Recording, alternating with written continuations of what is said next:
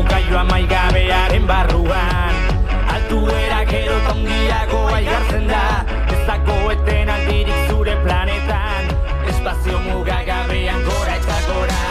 Tazuk betetzen dizkidazulako niruz guztiak, tazuk araitzen dizkidazulako egunak, tazuk egiten didazulako dana errezagoa, tazuk argitzen duzulako nire bideiuna.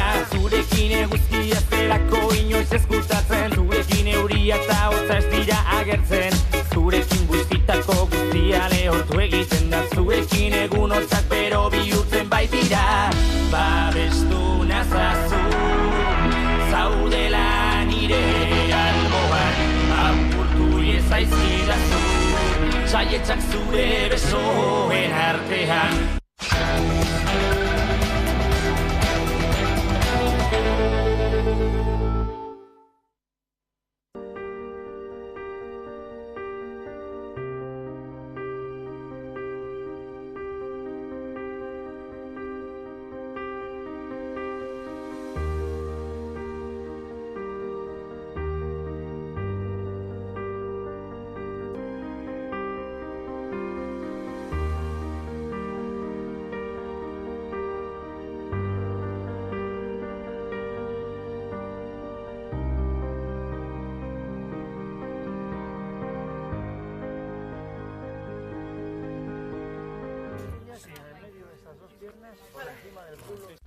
Ofizialki aurkeztu da hainbeste pertsonek espero zuten torturaren ikerketa.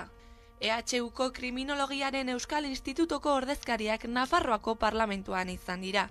1979tik gaur arte Nafarroan izan. Ez dugu lortu, guri gustatuko litzaiguken guztia, baina bai lortu ditugu gauza oso garrantzitsuak.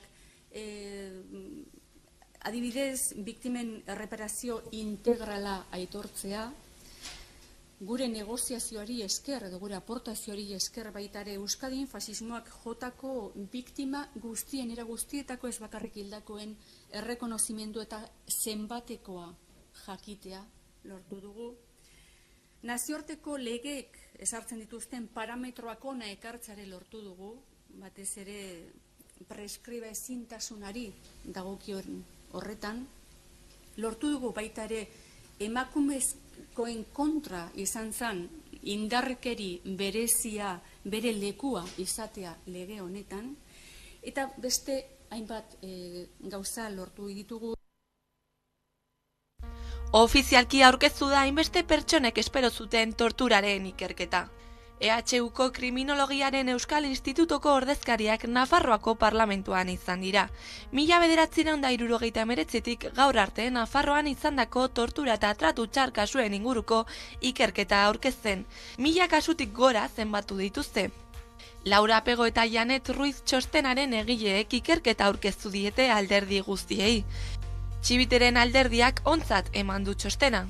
La política también debe avanzar, porque creo que en momentos como este estamos siendo un grave obstáculo para la sociedad y para el avance en ese reconocimiento. Navarra Sumak bere moduan ere tortura eta tratu txarren kasuak ikertu behar direla adierazi du. Nosotros tenemos muy claro que los miembros de las fuerzas de seguridad fueron nuestros ángeles guardianes frente a quienes querían exterminar, a UPN, a PP, al Partido Socialista. Les estaremos siempre infinitamente agradecidos, pero también tenemos muy claro que quien haya torturado no es de los nuestros, quien haya ido contra los derechos humanos no es de los nuestros. EH Bilduko bozeramaileak Kriminologia Institutoko lan taldeak egindako lana eskertu eta ikerketaren aurkezpen ofiziala mugarria dela azpimarratu du. Baina oso zaila da defendatzea abusu puntualak izan zirela, garai guztietan erabili da tortura helburu politikoekin, guk behintzat argi esaten dugu praktika sistematiko bat izan dela.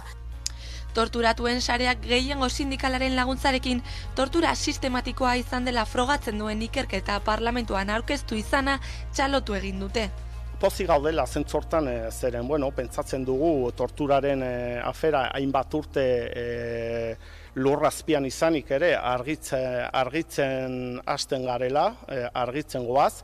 Egia da ere ibilbide oso luzea izanen dela, instituzioaren ateak hasten dian zabaltzen, baina aldiz Madrilen gaur egun Euskal Herritarra zigortuak dira torturaren deklarazioen ostean. Orduan horrek isladatzen gaitu ibilbidea luzea dela. Gutxinaka badira aurrepausoak Nafarroako torturatuen aitortza eta erreparazioaren bidean.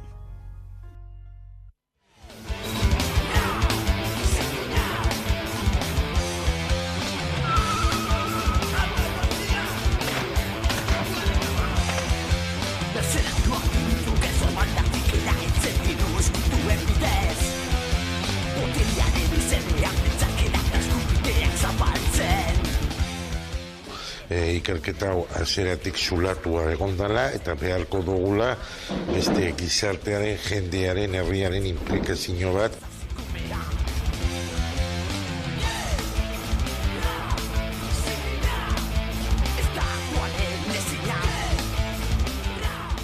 Hitzeiten den garai hauetan, ez digute ez laguntzerik eman, ez digute aitortzari jaso.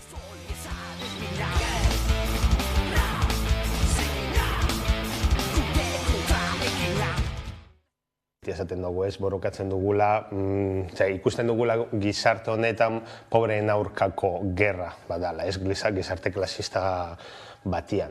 Eta ze esaten dugu pobreen aurkako gerratzat, ze ulertzen dugu pobreen aurkako gerratzat, ulertzen dugu ez direla soilik politika zehatzak, ez? Zer sistemikoa dela. Pobreen aurkako gerra kapitalak eta instituzioak egiten eta jarduten dutena da, baina dabe pobrezia basatian bizitzea, txabola batean bizitzea, kalean bizitzea, hori be, pobreen aurkako.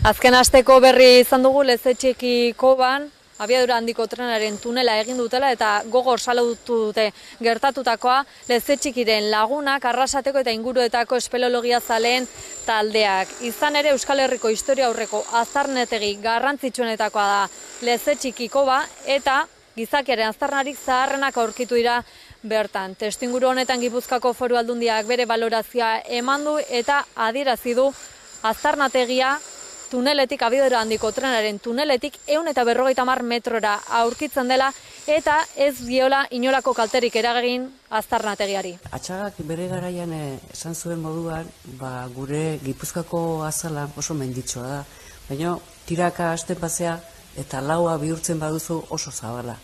Kasu honetan gauza bera gertatzen da. Ze atzo batean dago aztarnategia, gero aztarnategi horrek duen luzapena lurrazpian handitzen da, erabat handitzen da, eta ez da erresa, baina ez dago gertu. Ez dago gertu. Nik ez dakit zenbat metro egongo dira. Eusko Jaurlaritzak esan du 150, horrela izan. Donostiako udala jakinarazi du pasaleku berria itxita egongo dela ekainaren amaiera. Bitarte izan ere Urgulmendiaren hegala egonkortzeko obrak hasi dituzte. Eta beraz itxita egongo da bai ibilgailontzat baita oinezkoentzat segurtasun arrazoiak medio. Izan ere azken hilabetetan luizi batzuk gertatu dira eta hori hala hormigoizko horma bat jarri behar izan dute babes neurri gisa. Obra horretarako 726.000 euro bideratuko dituzte eta ikus ditzagun xehetasun gehiago jarraian. Otsailaren 6tik ekainaren amaiera arte Donostiako pasaleku berria itxita izango da. Urgulmendiaren hegala egonkortzeko obrak hasi dituzte. Beraz itxita egongo da oinezkoentzat zein ibilgailontzat uda hasiera arte. Halaxe jakinarazi du Donostiako udalak. Eta guztira 726.000 euroko aurrekontua izango dute dan hauek eta 20 astetako epea aurre ikusten da. Segurtasun arrazoiak direla eta itxi dute. Izan ere azken hilabeteetan luizi batzu gertatu dira eta hormigoizko horma bat jarri behar izan da babes neurri gisa. Horrek daukan helburua da, momentu honetan Paseo Berrian hormigoizko pareta batekin babestua dagoen gune guzti hori birgaitzea, segurtasun neurriak hartzea eta hormigoizko pareta hori kendua izatea Paseo Berria bere horretan usteko.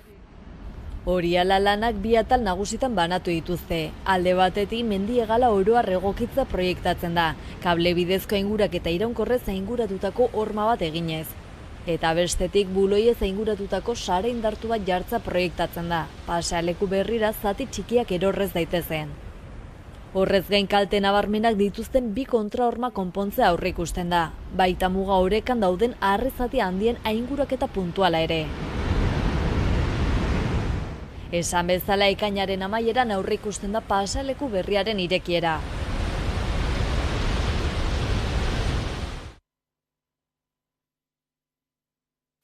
Sagardoa eta sagardotegiak gorenean dauden garaia da, honakoan milaka lagun elkartzen dira Hernanin eta inguruko herrietan euskaldunak zein kanpokoak. Testuinguru honetan ez da sagardoa, zuzara sentsibilizazio kanpaina abiarazu du Hernaniko udalak eta horrekin batera hainbat neurri ezarri dituzte. Hala nola udaltzaingoen kopurua bikoiztu dute, komun publikoen eta autobus zerbitzuen eskaintza handitu dute eta horrekin batera indarkeria sexistaren aurkako gune bat ezarri dute.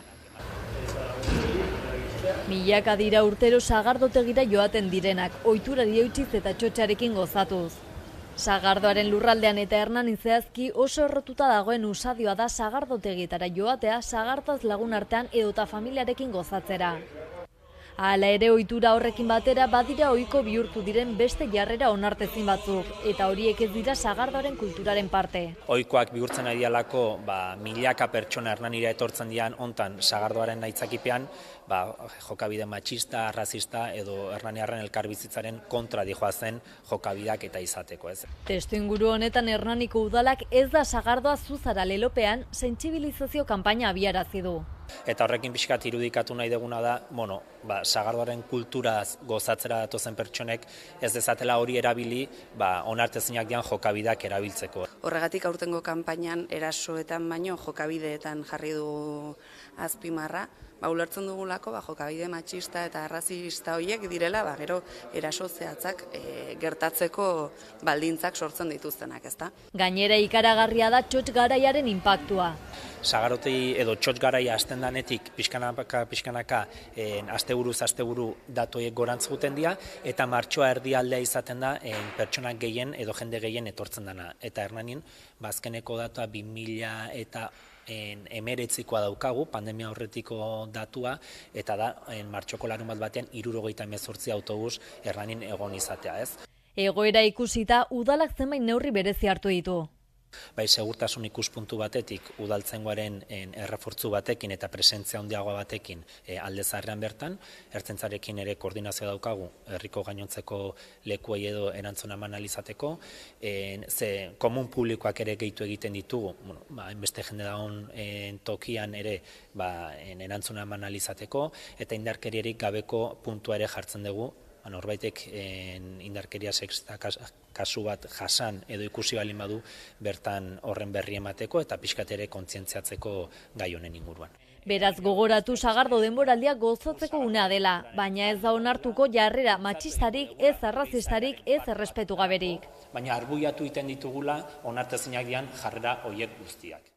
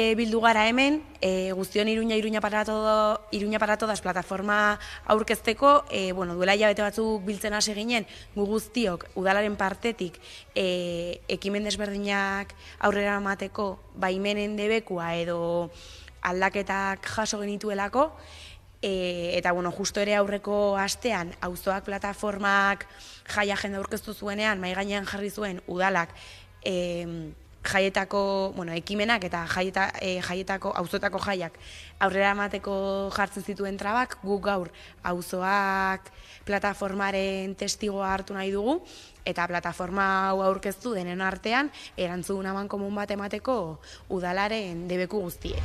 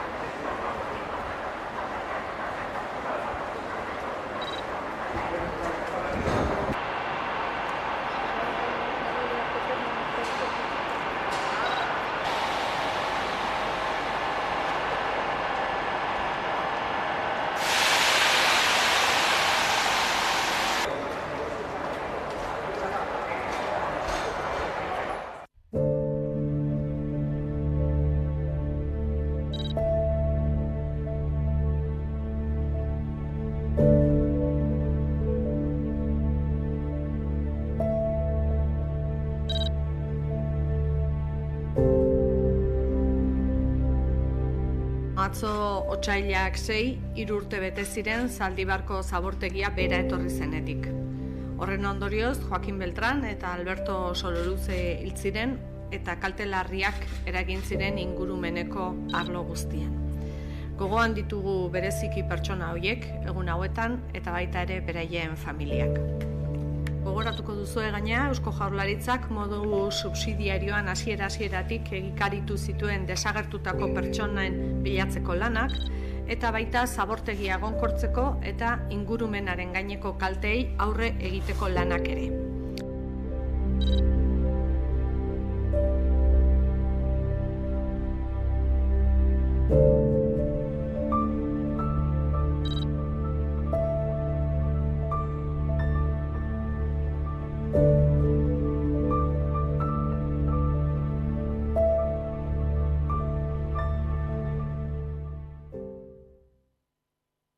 Azkabide klinikak 1985 urtean jaio ziren eta 2003an Donostian etenaldiak egiten hasi ziren. 3 urteren ondoren lege aldatu zen eta emakumeek haurdunaldia eteteko eskubidea zuten. 2014an elkarte katoliko eta eskuindarrak elkarretaratzeak egiten hasi ziren. Handik aurrera egoerak okerrera jo zuen. Izan ere, klinikak jarri zituen salaketak justiziak ez zuen onartzen emakumeen salaketak ez zirelako eta proba gehiago eskatzen zituelako. 2022ko apirilaren 12an lege aldaketa indarrean sartu zen eta klinikako langileak biktimatzat hartzen zituen, baita erakundeak ere. Hala ere, irailean abortuaren nazioarteko egunean elkarretaratzeak bueltatu ziren 3 hiriburuetako kliniketara. Justizia Gasteizen beste hiriburuetan baino askoz motelagoa doa eta ezin zuten klinikatik elkarretaratzeak urrundu hain azkar. Gaur egun Gasteizen 23 pertsonek urruntzea agindua dute, baina langileek bere kezka azaleratu dute asteazken honetan. Izan ere, Garizuma astear dago eta 20 egun bizitzaren alde elkarteak bere sare sozialetan eta web orrialdean deialdi berri bat egin du. Eta 23 urruntze agindu izan arren, estatuko hainbat lekutik pertsonak etorriko dira eta ezin izango dute klinikatik urrundu. Hori dela eta langileek Eusko Jaurlaritzari eskatu diote salaketa jartzea legea betetzeko eta horrekin batera ertzaintzak perimetroa ezartzea abortatzera joaten diren emakumeek elkarretaratzeak ez ikusteko.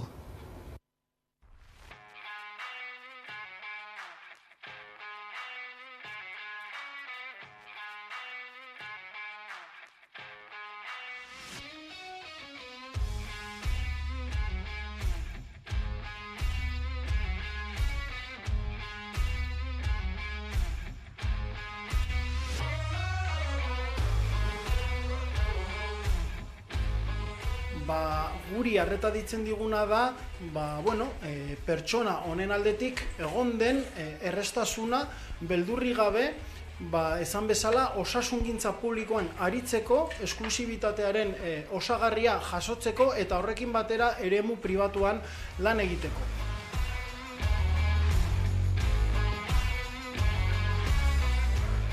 Guk egin dugun ikerketa oso oinarrizkoa izan da. Hortaz, honen atzean ikusten duguna da, badagoela, egon daitekeela, iruzur orokor bat eta normalizatu bat praktika honen inguruan.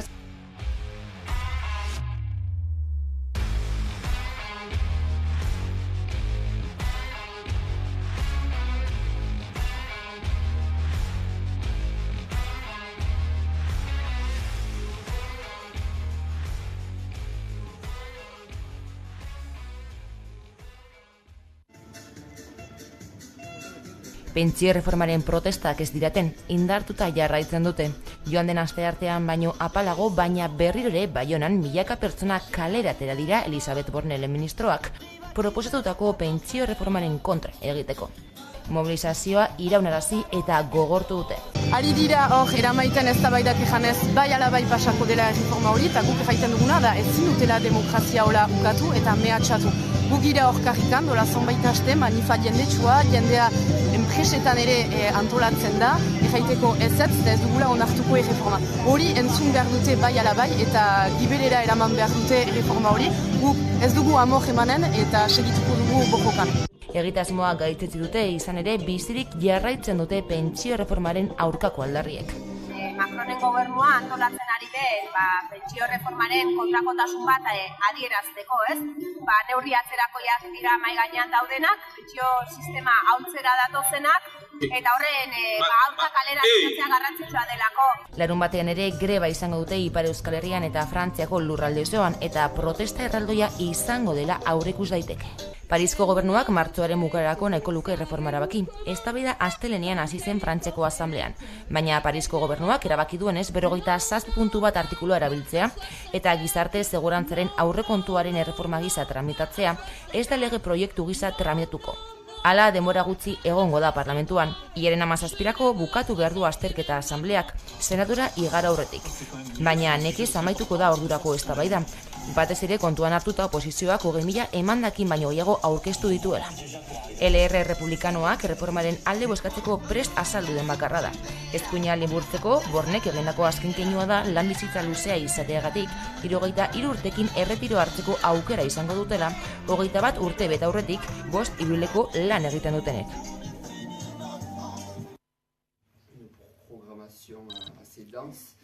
Donc il faut savoir que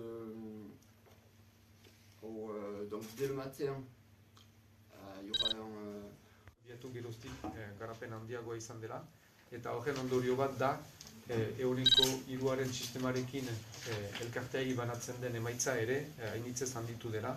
10 urtez 250.000 eusko banatu dira 70 bat elkarteai.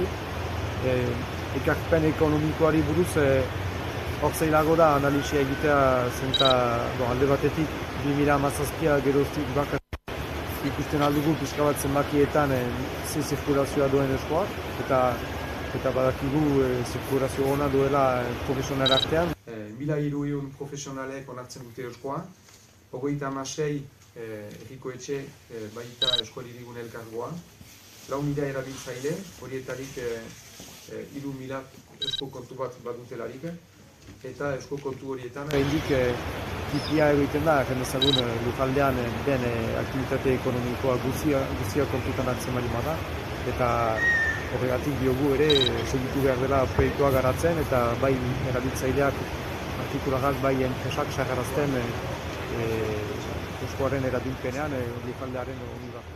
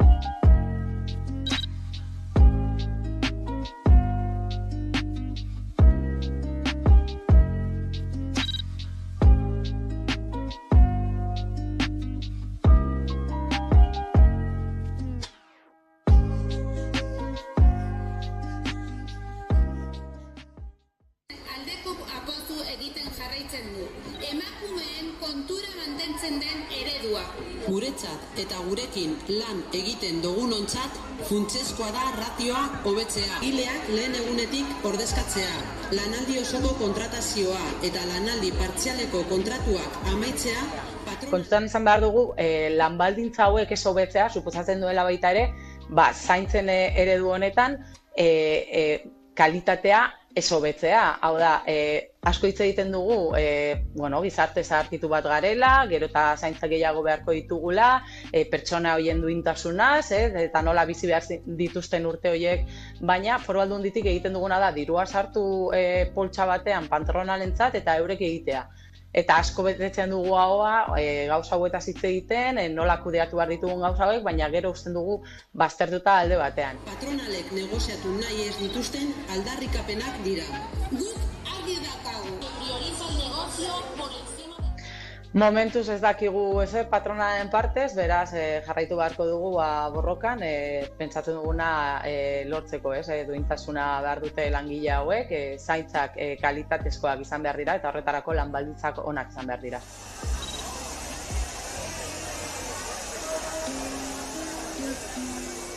Eta normalean izaten dugun jarraipena ona izaten da. Kontutan izan behar dugu postu batzuetan eta egoera batzuetan 180ko zerbitzu minimoak ditugula eta horrek asko zailtzen duela jendeak kaleratzeko aukera izatea. Halere, kalean daude, borrokatzen daude euren baldintzengatik eta jarraituko dute behar bali.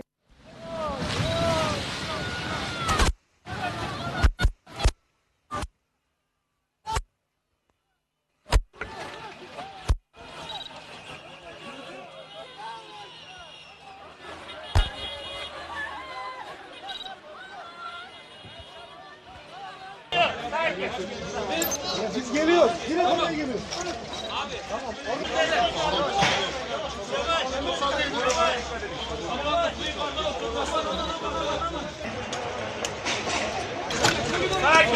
Hadi bunlar çıksın. Biz geliyoruz.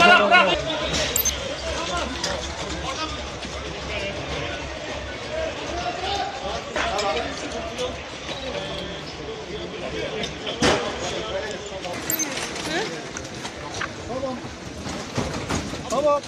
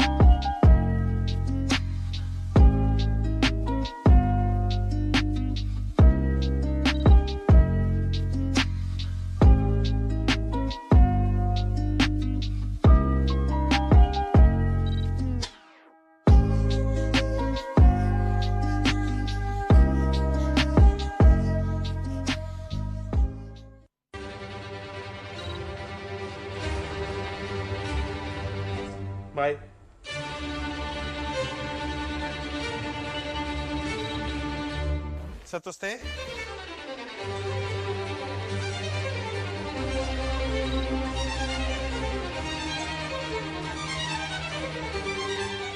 Hasten da hori Zaldibarko Luiziarekin, kriston tragedia izan dena, beste tragedia bat gehituko zaio dena pandemia, eta hori dena biribiltzeko izango da iauteriekin ea nola berrasmatzen dugun elkar bizitzen.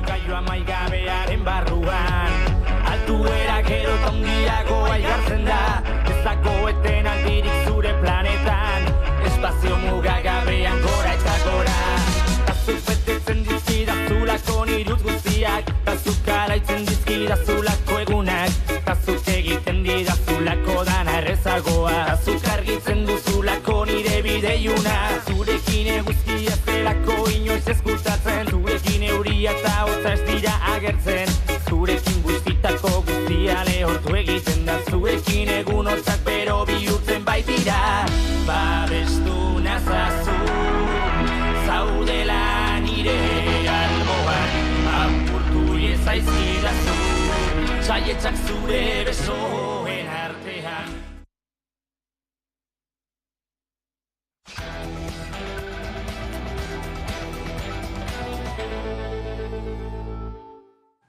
Amabiterdiak pasata dira, beraz, iritsi da eguneko elkarrizketa nagusiari ekiteko unean, eta hortarako Andrea Bartolo Azet etxebizitza sindikatuko kidea du gaur gurean, ondo etorri. Kaixo, eguerdian. Ta tira ez, apur bat lantzain duzuen gaiei heltzeko, azken berriei helduko diegu ez, izan ere atzoko egunez atxilotu zuten gizonezko bat, etxegabe baten txabolari edo su eman da, ez arrazoi horregatik, ez nola jaso duzue zuek albiste hori? Bueno, nola jaso dugun noski tristura eta amorru handiaekin. Lehenik eta behin esatia elkartasunela zine diogu bitimari eta espero dugu laster bereskuratzea. Gero nola jaso dugun, orokorrean guk beti esaten dugu ez, borrokatzen dugula, ikusten dugula gizarte honetan pobreen aurkako gerra badala, ez gizarte klasista batian. Eta ze esaten dugu pobreen aurkako gerratzat, ze ulertzen dugu pobreen aurkako gerratzat, ulertzen dugu ez direla soilik politika zehatzak, ez? Zer sistemikoa dela. Pobreen aurkako gerra kapitalak eta instituzioak egiten eta jarduten dutena da, baina dabe pobrezia basatian bizitzea, txabola batean bizitzea, kalean bizitzea, hori be pobreen aurkako gerra da. Eta kasu horretan adibidez ez dakik ondo ze pasatu dan, baina bai ulertzen dugu apur bat zirkulo horretan, ez? Be pobreen aurkako gerra guretzako da komunikabideek edo edabideek garatzen duten diskurtso klasista, kriminalizatzaile. Azken finean biziga gizarte batzen nun klasismo eta aporofobia oso edatuta guzen eta asko edatzen duten. Zentzu horretan, pobreak egunero kriminalizatzen dute.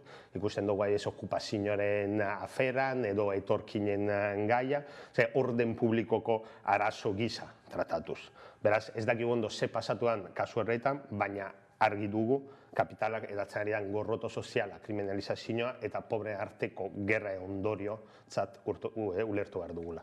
Izan ere, aipatu duguna ez da, tamalez, etxegaben bueltan azken aldian entzun dugun albiste bakarra ez, 70 urteko etxe bat ere zendu zen, orain azken hilabetean, eta protestara ere egin zenuten, eskubide sozialen kartarekin batera, aipatu dituzunak azpimarratu zenituzten bertan, eta besteak beste instituzioak ere erruduntzat jo zenituzten. Bai, noski, horre, esan genuen moduan elkarretaratzen, guretzako Olako gauza ez dira saiestezinako tragedia bat saltzen diguten moduan, ez? Batzuetan olako hilketak instituzioetatik fenomeno natural gisa tratatzen dira, ez? Eta guretzako ez da holan. Argi dugu zein diren kausak, nortzuk diren arduradunak. Zentzu horretan, sistema kapitalistak sortzen duen egoera da benetako kausa, etxebizitzaren merkantilizazioa eta politiko instituzionalak ondorio dira. Beraz, horregatik esaten dugu ez direla heriotzak, baizik eta sistema egindako eta ekoiztutako erailketak. Ez gainera, etxebizitzaren alorran ere sakonduko dugu geroago, hainbat kontu daude, baina tira egia da, etxegabeak badirela zaugarrienetarikoak, eta hor zein da Bilboko egoera, ze aukera dago etxegabeentzat?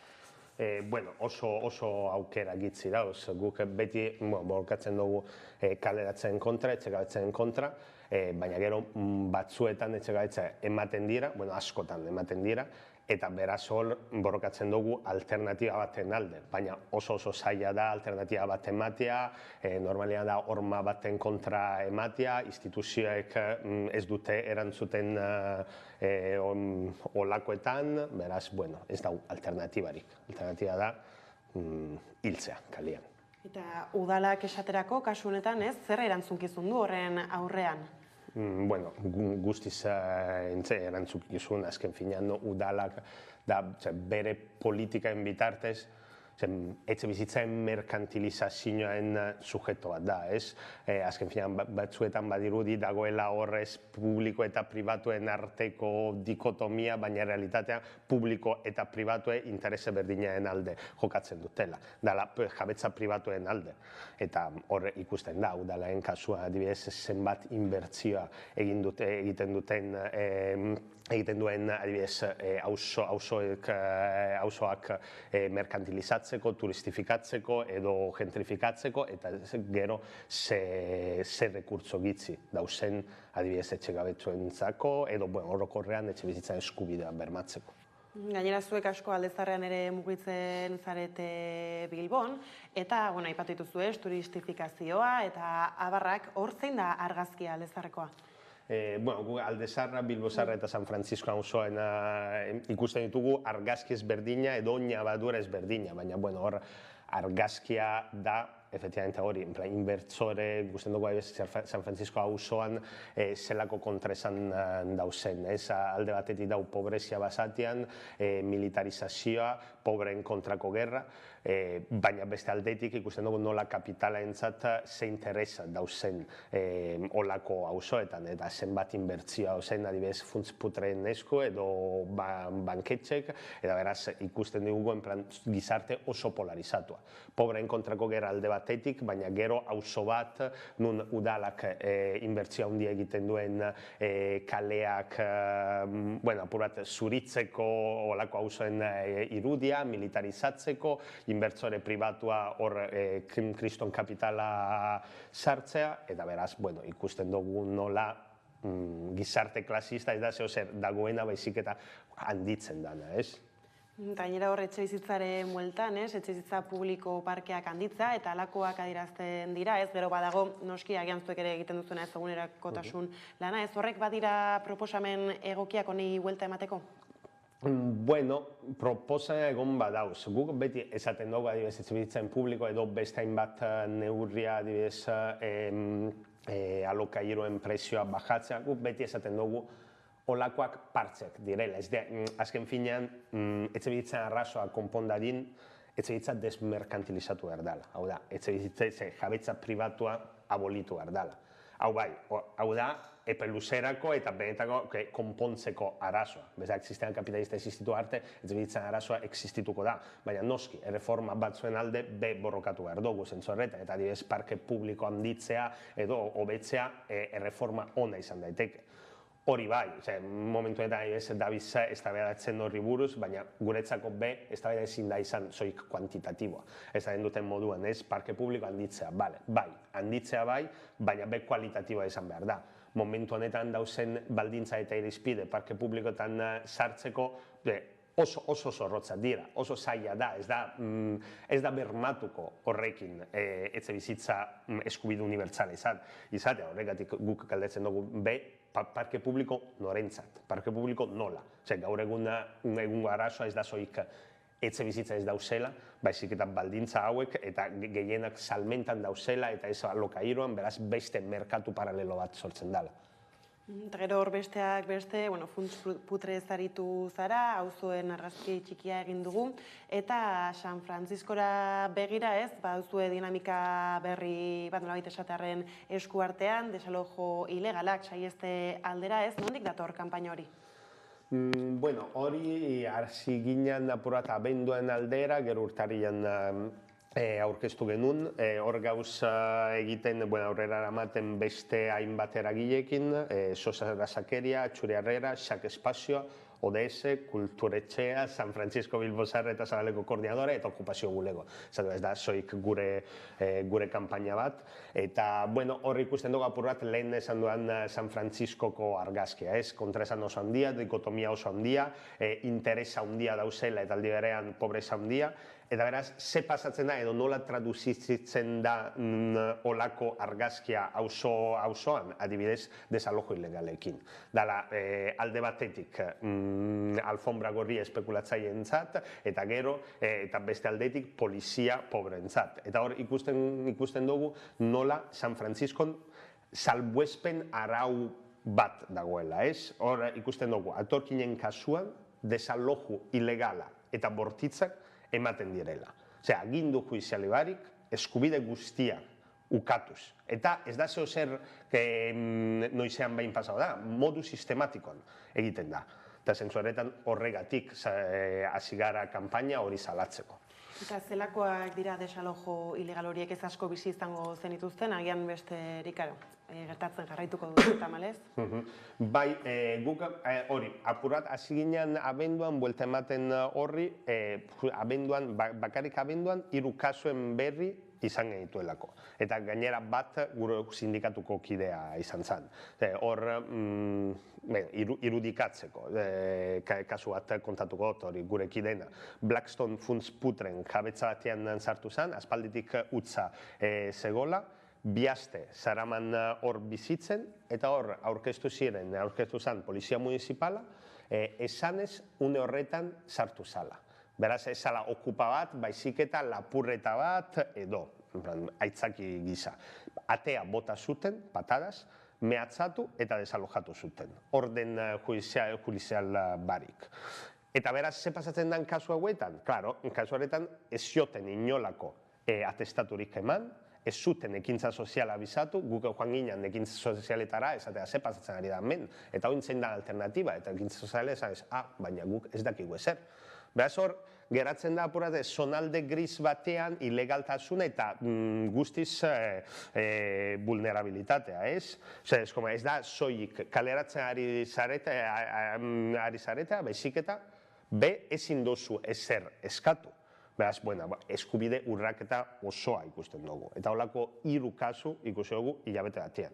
Beraz, horregatik esaten dugu ez dala kasualitatea, beti profil berdina, gaztea, etorkina, paper barik, atzean dagoena zeo zer antolatuta dago, praktika sistematiko bat.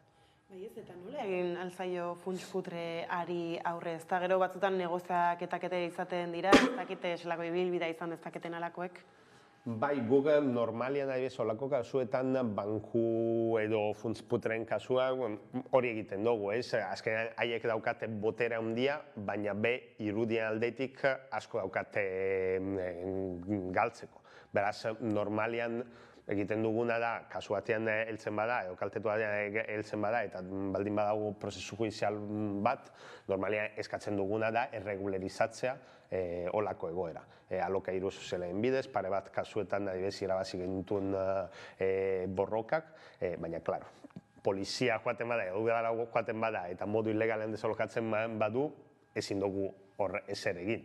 Eta, klaro, funts putre Blackstonek egin duena izan da, ate onti okupa jarri, eta hor, beste etxe bat utzik espekulazioentzat. Eta hor, udalak adibidez eskuartzerik izaten du, ala... Kasu honetan, bere erantzuna bakarra izan da, ez dakigu ezer, joan larrialdizko zerbitzu sozialetara. Beste kasu bat izango balitz moduan, beste kaleratze normal bat, baina eta guk esaten genien, ez da kaleratzen normal bat, zuek egindako kaleratze ilegal bat da, bentsat ardura hartu.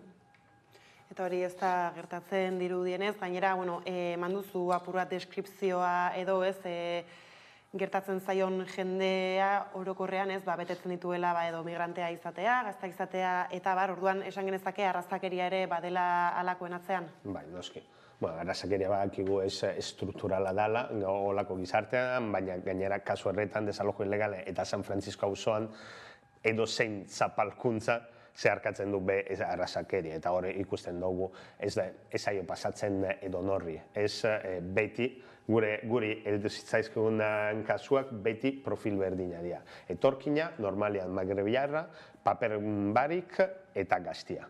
Beraz, argi dago hor erdigunan dagoela da arrazakeria eta zaurgarritasuna.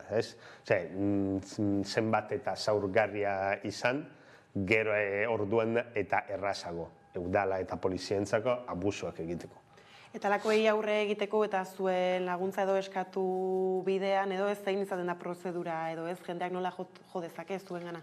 Guk normalean egiten duguna da daukagu telefono bat eta korreo bat, normalean telefonen bidez heltzen zaizkigu kasuak, jendeak kaltetuak deitzen dute, egiten dugu elkarrizketa bat modu apurat informala, jakiteko zein dan kasua, dauzkagun tresnak erantzuteko, eta hortik aurrera gero hasten da etortzen asemblaetara, eta kolektiboki erabakitzen dugu, berak noski markatzen du bere helburua, adibidez, hemen geratu nahi dut ordaindu, baina ezin dut ordaindu hainbeste, eta hortik gero diseinatuko dugu estrategia bat, borroka estrategia bat, presionatzeko eta lortzeko helburu hori. Eta gero, arrazakeriaz eta kontu hortaz hitz egiten aritu garela, ez, aipatu duzu ere nola zuen sindikatuko kideren lagun bat, ez, atxilotua izan den, deportatua izateko arriskua ere baduen, ez dakit konta ez dakezun kasu hau? Bai, kasua berez, ez dakigu asko edo ez da kasu berezi bat, da beste hainbat etorkinei pasatzen zaion kasua. Duela pare bat aste, zarekada batean ondorioz, gelditu zuten, atxilotu zuten, bera eta beste 5 lagun, eta zie batera eraman zuten, oin dabiz egiten asilo politiko eskatzeko, eta ikusiko dugu ze pasatuko den. Kaso horretan guk salatu dugu gure kidari pasatu zaio hori, baina ez da salbuespen bat, hori pasatu zaio berari eta beste 5 pertsonari eta praktikamente hilabetero San Francisco auzoan pasatzen direla olako gauza. Hor dau indarkeri estruktural bat, nola tratatzen diren bizitza migratua, eta ze esan nahi duen izatea paper barik, bizitzea paper barik gizarte kapitalista eta rasista honetan. Zoik bizitzeko, zure bizitza zer delitibo izango balitz moduan tratatzen dela.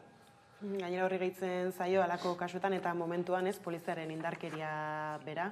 Hori da, bai, eta holako auzoetan gainera ikusten dugu, naiz eta identifikazioa por perfil racial, militarizazioa, ikusten ditugu olako makroidentifikazioak esan ez guri pasatu zitzaigun behin hor geunden eta momentu batean 20 pertsona geldi, mundu guztiak, magrebiar guztiak humiliatuta hormaen kontra eta galdetzea ze pasatzen ari da hemen. Esan dute magrebiar bat, olako profil bat, lapurreta bat egin zuen, ez dakit nor, olako profil bat ze.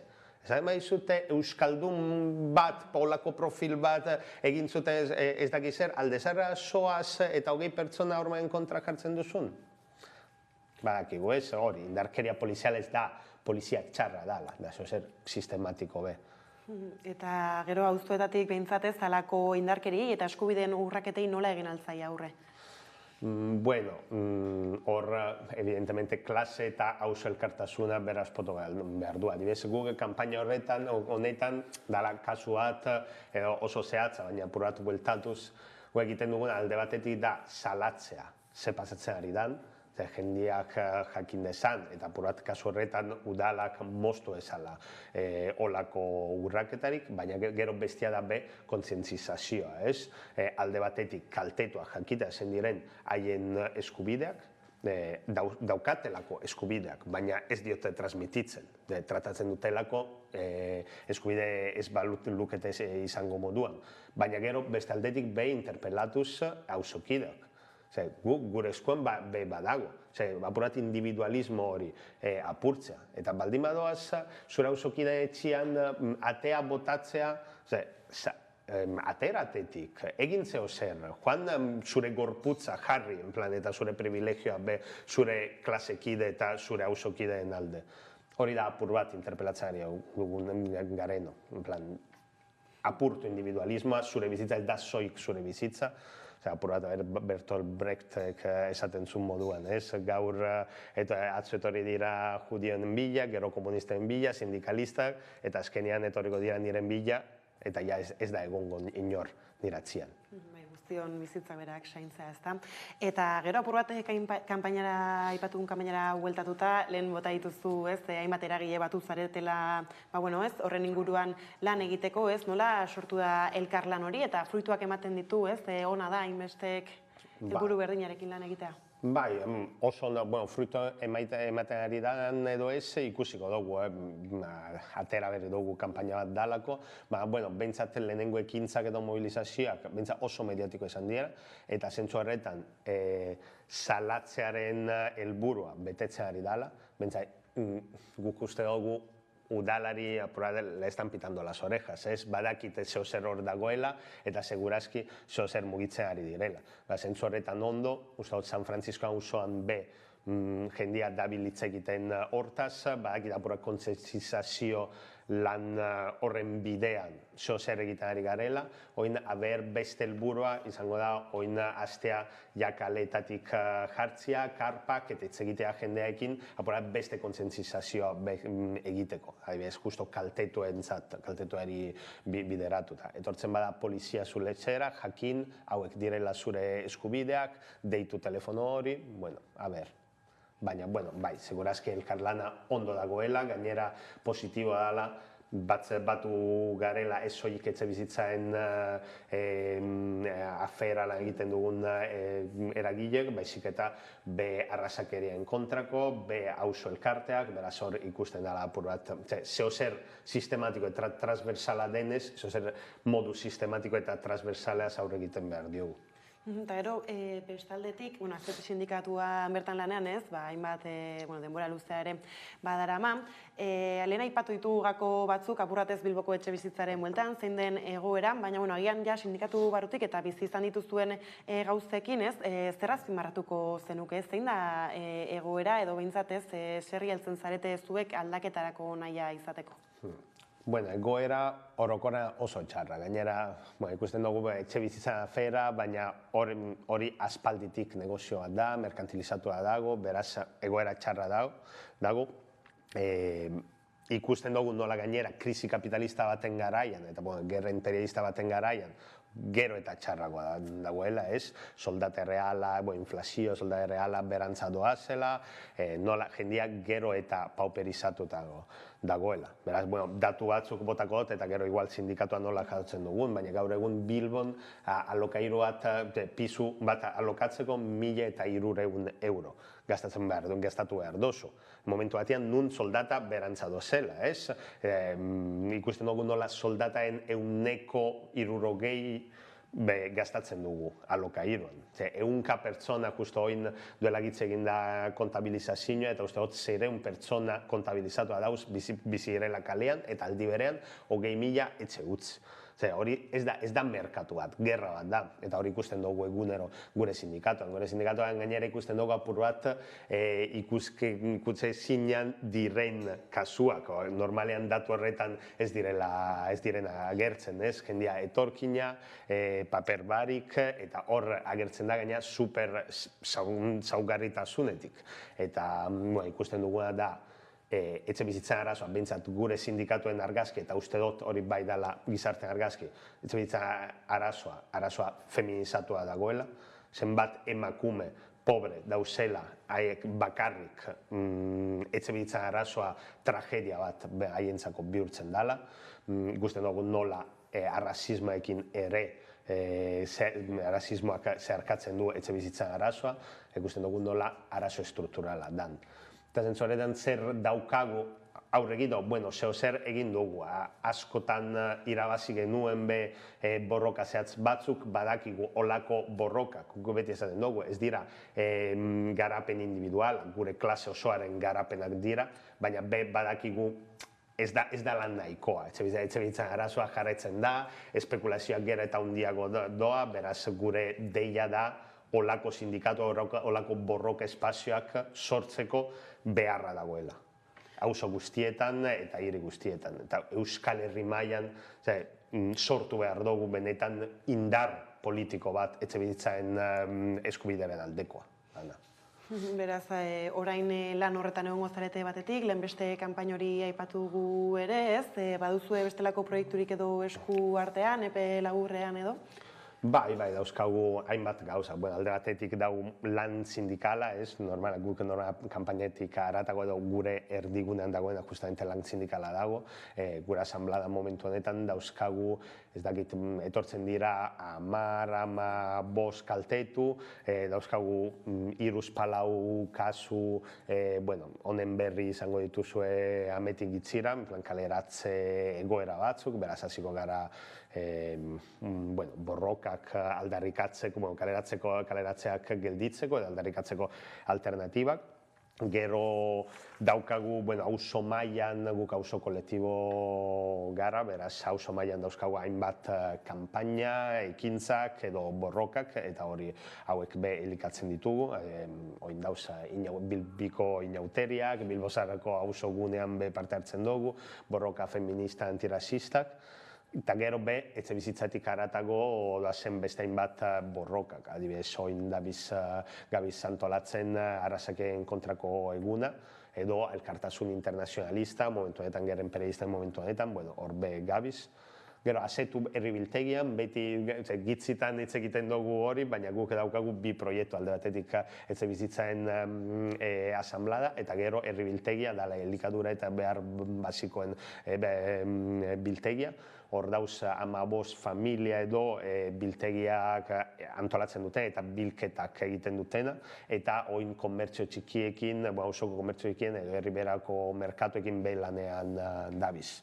Eta gero, lehen aipatu dudan Euskal Herri mailan indar politiko bat sortzeko, hor, adibidez, Euskal Herri mailan daukagun etxebizitza sindikatuen arteko sarea indartzen gabiz lokaletik haratago joateko, ez? Azken finean, bai burgesiak, bai espekulatzaileak maila nazionalen eta mailan globalean, modu estrategikoan mugitzen direlako, eta guk egiten behar dugu eta aurre egin behar diogu modu berean.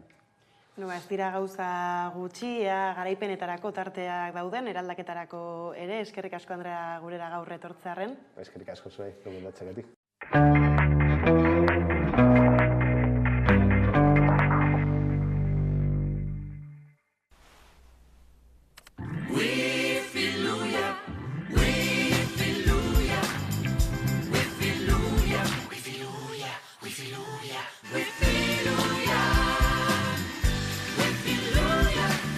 Zuntzamax Wi-Fi 6rekin. Wi-Fia etxeko txoko guztietan izatearen miraria. Deitu 1740 dendak edo sartu euskaltel.eusen. Igo gailua maigabearen barruan, altuera gero tongiago aigartzen da, ez dago eten